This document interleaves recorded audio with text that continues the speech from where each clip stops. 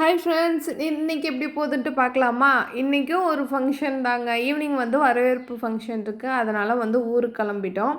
அப்படியே அம்மா வீட்டுக்கு போய் அங்கே ரெடி ஆகி போயிடலான்னு சொல்லிட்டு ஆஃப்டர்நூன் தான் சாப்பிட்லான்னு பார்த்தோம். வர்றதுக்கே லேட் ஆகிடுச்சு.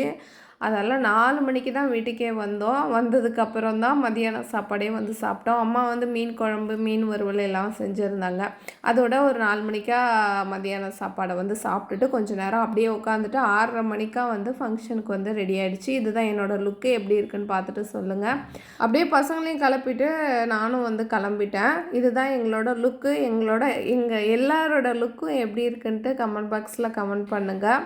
ஒரு 7 மணி வாக்கில் தான் ஆனால் ஃபங்க்ஷனுக்கே நாங்கள் போனோம்.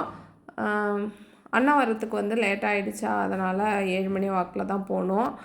வீட்டுக்காரங்க ஒர்க்கை முடிச்சுட்டு வரேன்னு சொல்லியிருந்தாங்க. அவங்களும் அப்படியே ஒர்க்கை முடிச்சுட்டு ஃபங்க்ஷனுக்கு டைரெக்டாக வந்துட்டாங்க. நாங்களும் ஃபங்க்ஷனுக்கு போயிட்டோம்.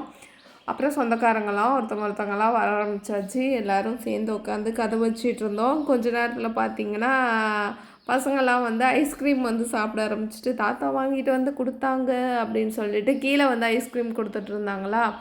அதனால் பசங்க அந்த வாண்டு எப்படி உட்காந்து சாப்பிடுது பாருங்க அங்கே ஐஸ்கிரீமை. இது பார்த்திங்கன்னா என்னுடைய அத்தை.